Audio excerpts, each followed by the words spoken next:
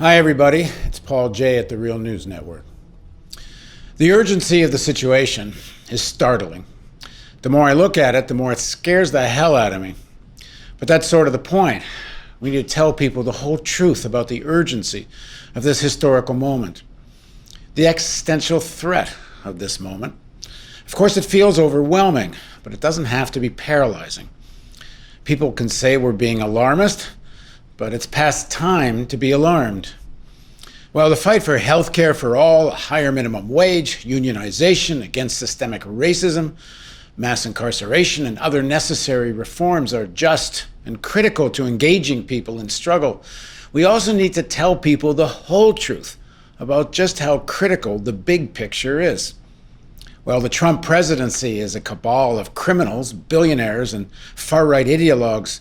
It must first of all be seen in the context of the threats to our very existence, not merely reduced to the daily scandals and Twitter storms.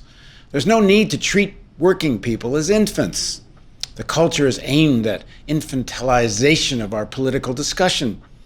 We can believe that America's already great, or that we should make America great again, but it's all the religion of Americanism, and it's all meant for us to be willing children who will march into battle or just resign ourselves to things the way they are. We're not infants, and we must, as best we can, tell people the whole truth. As catastrophic and savage as capitalism was during the 20th century and up until now, continuous wars and genocides, deep economic crisis, and the constant threat of nuclear annihilation, the system proved to be resilient. The global elites did find a kind of equilibrium. Capitalism did not come to an end, and the attempts at socialism failed. While many societies around the world have been destroyed, and millions slaughtered in war, and many more living in deep poverty, the truth is the majority of people in the advanced capitalist world are mostly doing okay. In the United States, there are as many families earning more than $100,000 a year as there are under $30,000. But as resilient as capitalism has proved to be, I don't think this world order is sustainable.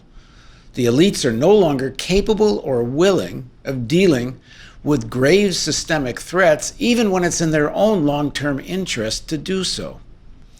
We're in a different kind of moment than we've ever faced. Of course, nuclear weapons posed an existential threat before, but at least the elites saw that ending human life on Earth wasn't in their interests. That is, so far that's true. Because as crazy as the prospect of nuclear war is, they've not given up their deteriorating, hair-triggered nuclear arsenals, and they actually contemplate the use of localized nuclear weapons. As you know, first Obama planned for a new wave of weapons, and now Trump is spending billions expanding America's nuclear capability.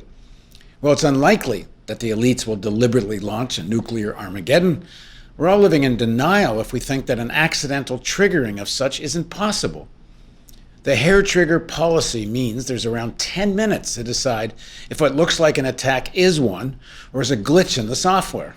It's a Cold War posture still in place in the United States and Russia. It's Dr. Strangelove's doomsday machine. We can't have faith in the political leadership of these elites, that is, the current leadership of either the Republican or Democratic parties or the billionaires that bankroll them, to face up to this danger. One would think it's in the interest of the elites themselves to deal with this, but the military-industrial complex has far too much invested in a narrative that depends on a major existential rival. They need war, and almost war. American capital will not give up its dominant global commercial position they believe depends on their military might. Oil and guns determines U.S. foreign policy, not national security.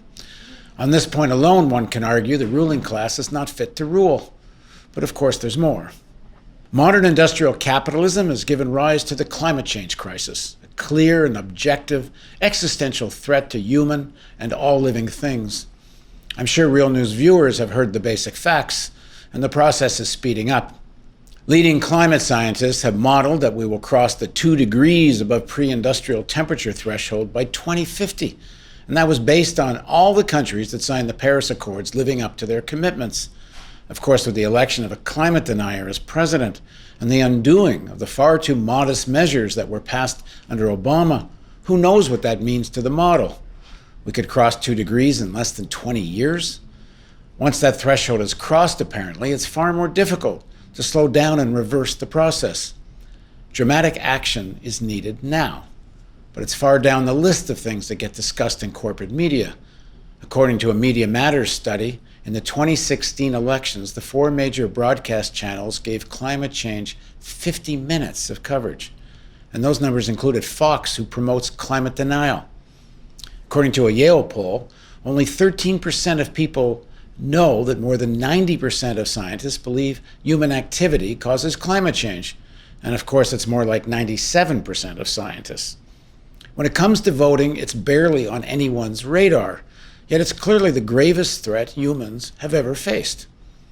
You would think that the elites would find it in their own interest to take action given the apocalyptic consequences of denial or feeble action. But effective policy requires taking on the fossil fuel industry and committing to a green and sustainable economy. Clearly, it will require strengthening the role of the public sector and democratizing the political process. It requires changing how things are owned and who has power. Even modest reforms are almost impossible, as most of the elites care more about lowering taxes than saving the planet. They're not fit to rule. Artificial intelligence is here and rapidly advancing. It will soon produce a world with millions less jobs. Truck and taxi drivers to doctors, you name the occupation. It won't be long before the top 20% of the population won't need most of the 80%. If you are a capitalist, a world with massive unemployment might not seem so bad, workers trying to compete against the cost of robots. The digital revolution makes this all possible. It allowed the process of financialization and globalization to grow to a qualitatively greater scale. Imagine creating complex financial products with a pencil and paper. There's no Amazon or Walmart without computers, but it also allows them to play cheap global labor off against American workers, which has basically stalled wage increases and hollowed out much of the industrial working class.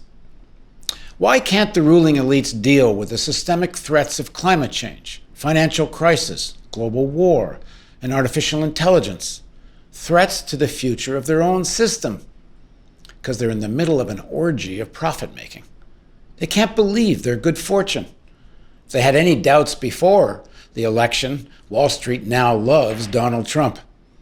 Even though most of finance knows that unregulated, it's only a matter of time before the crisis of 07-08 repeats itself. But what the hell? No one will go to jail, and the public will bail them out again. Wall Street is euphoric as they swim in an ocean of superwealth. While the financial sector represents about 7% of our economy, it takes around 25% of all corporate profit, with only 4% of all jobs. With such concentrated wealth goes a competitive culture that prizes daily returns on capital above the future of humans on Earth. These are the people that control American politics as they throw unlimited funds at political campaigns.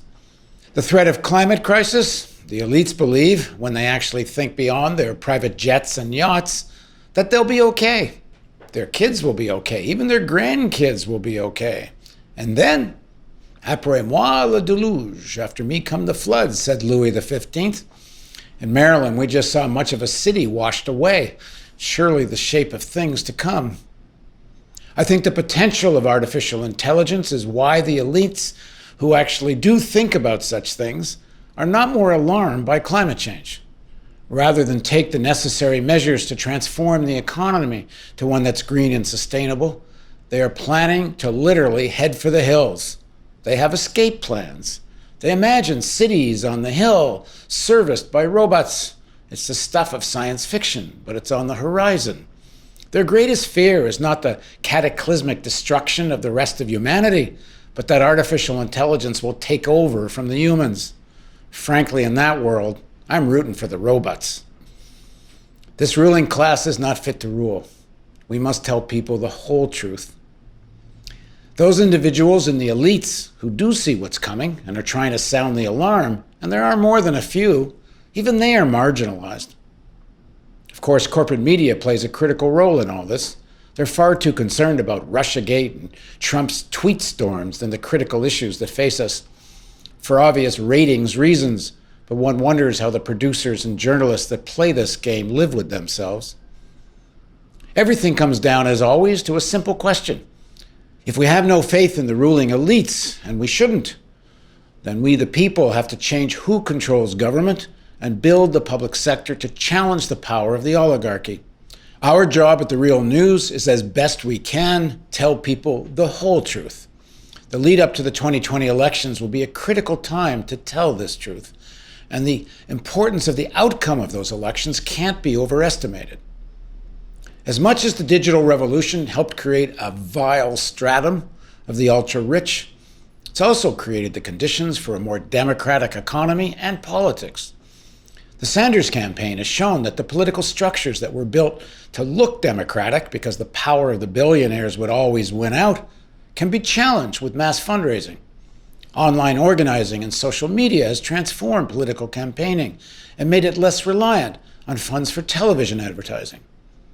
The internet allowed independent media to challenge the power of concentrated media ownership, made The Real News possible. We are just seeing the early phase of what's possible.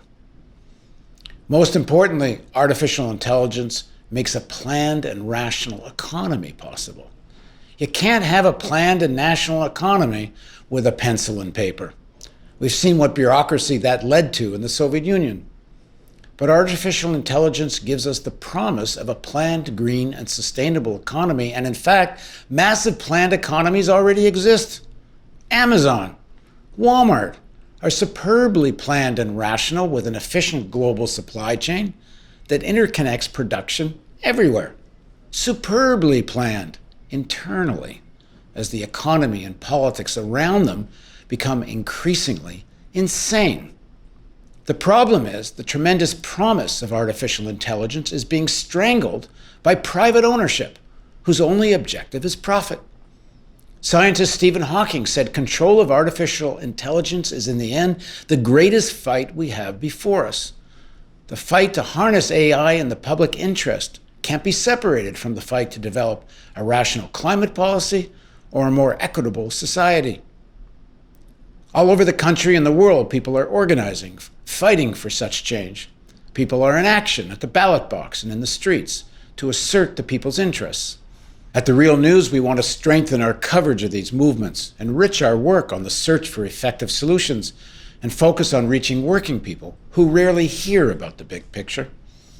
We will redouble our efforts to build our Global Climate Crisis Bureau. We are strengthening our stellar coverage of global affairs with a focus on U.S. foreign and military policy.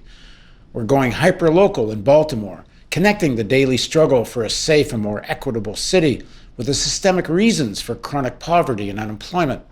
Soon we'll be going local in southern Pennsylvania, covering a congressional race in a swing state where a progressive Democrat is taking on a Trump supporter. Here we will cover the issues of concern to people who voted for Trump and engage people in the search for real solutions. And in whatever we do, we will do our best to tell people the whole truth. You know, we don't take corporate funding, we don't accept government funding, we don't sell advertising, so we can't do it without you. It's critical that we have the funds to strengthen our content and our marketing reach. If you agree with what I've said so far, please hit the donate button now. Write a check, make a phone call. In the US and Canada, the donation is tax deductible. If you are already a donor, thank you. Think about donating again. If you're not a monthly subscriber, during our matching grant campaign is the time to sign up. If you give monthly, our matching grant will match a year's worth of donations. Help us tell people the whole truth. Help us make real news.